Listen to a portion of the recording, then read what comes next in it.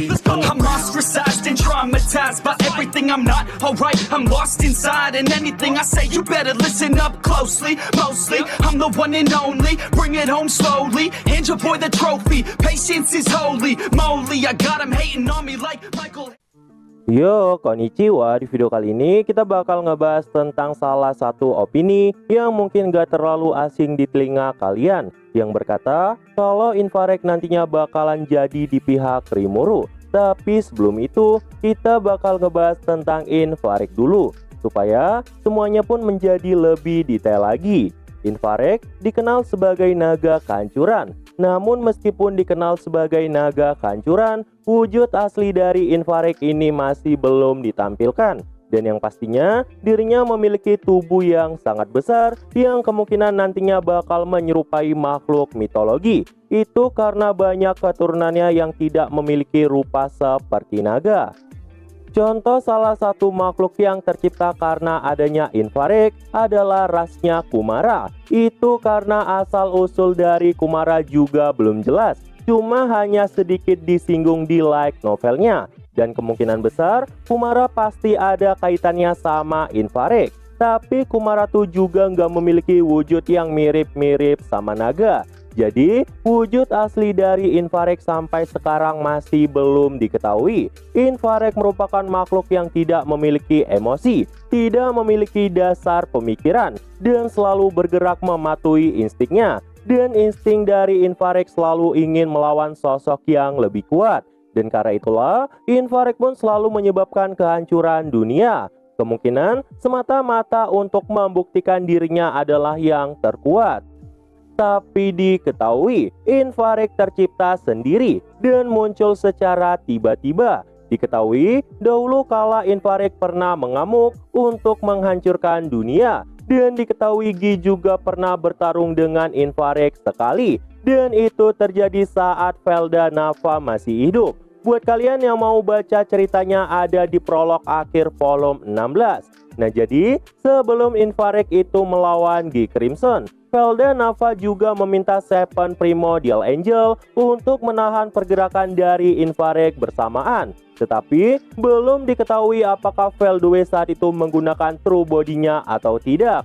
Yang pasti dari serangan mereka bertujuh masih belum mampu menahan pergerakan dari Infarect. Dan karena itulah, Velda Nava pun meminta Gi untuk membantu mereka. Dan karena Gi juga suka bertarung dengan yang kuat, dirinya pun menerima permintaan dari Velda Nava. Namun hasilnya malah seimbang. Gak ada pemenang dalam pertarungan tersebut.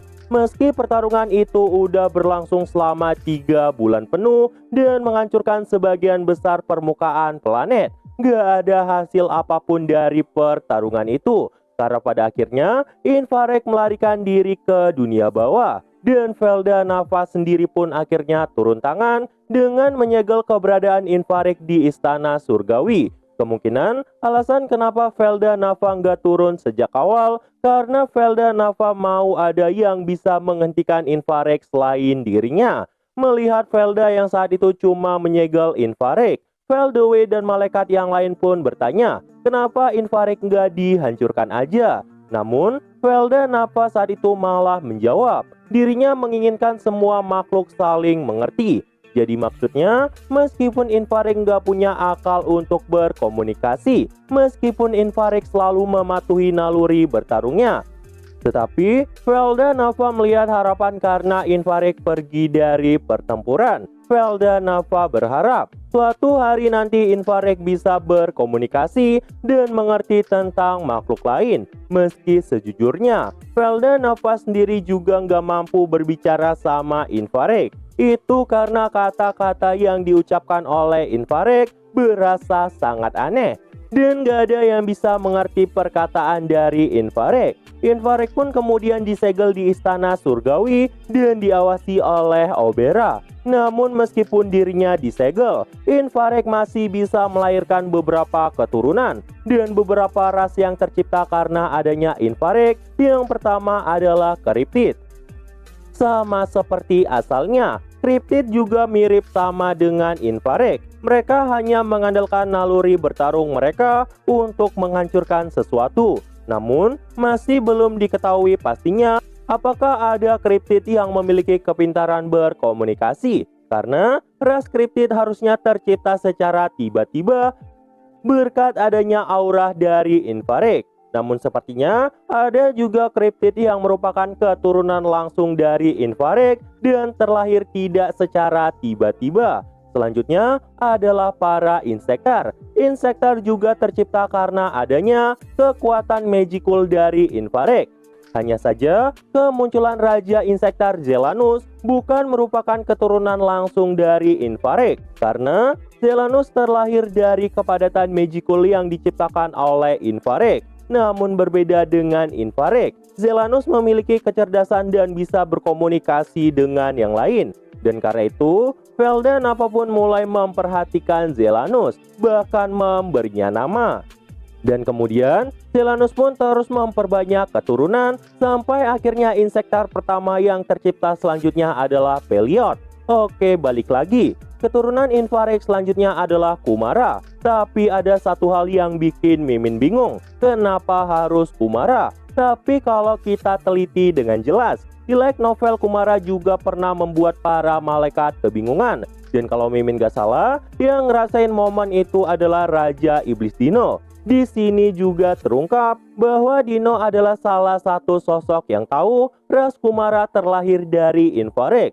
Namun, masih belum jelas asal-usul sebenarnya karena tentang Kumara ini belum diungkap secara mendetail. Namun, fakta yang mengejutkan lainnya berbeda dengan Zelanus yang tercipta karena kepadatan aura dari infrared. Kemungkinan besar Kumara merupakan keturunan asli dari infrared. Dan jika iya, kemungkinan Kumara bakalan mirip dengan kriptid pertama. Namun ada satu hal yang pasti, jika kita melihat secara mendetail, wujud asli Kumara memang gak ada mirip-miripnya dengan makhluk yang lain. Ketika Beast memiliki satu ekor, sekalipun manusia rubah memiliki satu ekor, wujud awal mereka sebelum berevolusi aja bahkan udah punya lebih dari satu ekor. Namun, jika kita mengungkap fakta sebenarnya, kemungkinan besar nenek moyang dari Kumara berhasil pergi dari dunia bawah. Dan kemungkinan yang paling mengejutkannya, itu artinya kekuatan asli dari ras Kumara belum terungkap. Karena sebenarnya kekuatan ras Kumara masih terikat pada infrared. Jadi kemungkinan Kumara nantinya bisa mengubah tubuhnya seperti infrared dengan wujud yang kemungkinan bakalan mirip rubah berekor 8 atau lebih. Namun, jika hal itu terjadi, Kumara pasti akan mendaki puncak kekuatan juga, seperti layaknya Zegion yang menjadi kuat dengan sangat cepat. Namun, jika Zegion yang merupakan keturunan yang terlahir dari aura infrared aja udah menjadi sekuat ini, gimana nantinya kekuatan Kumara yang merupakan kekuatan dari keturunan yang terlahir langsung berkat infrared? Ya semoga aja Kumara nggak melampaui Zegion, supaya penggemar Zegion nggak kecewa. Tapi ya, kita masih belum tahu fakta aslinya. Namun jika seandainya kita melihat sosok Kumara yang sekarang, dirinya yang berusia kecil aja sudah sekuat ini, bahkan dia juga sudah sepintar ini. Apa jadinya jika seandainya kekuatan itu beneran bisa dilepaskan? Ini pasti bakalan seru banget. Oke, Mimin rasa ngebahasnya udah cukup detail. Jadi sekarang kita fokus ke intinya.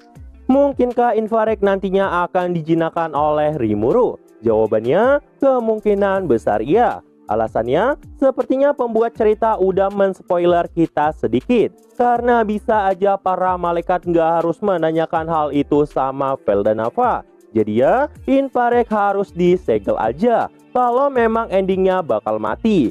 Namun pada akhirnya, Veldanava malah mengungkapkan kalau dia ingin infrared juga mengerti. Jadi ada kemungkinan suatu hari nanti sosok yang bisa membuat infrared mengerti adalah Rimuru.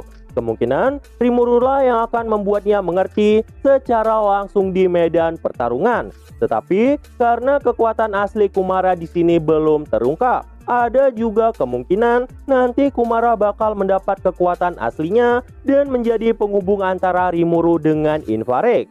Jadi kemungkinan infrared nantinya juga bakalan jinak sama Rimuru. Nah jadi itu aja untuk pembahasan kali ini. Dan tunggu video-video gue selanjutnya dan see you.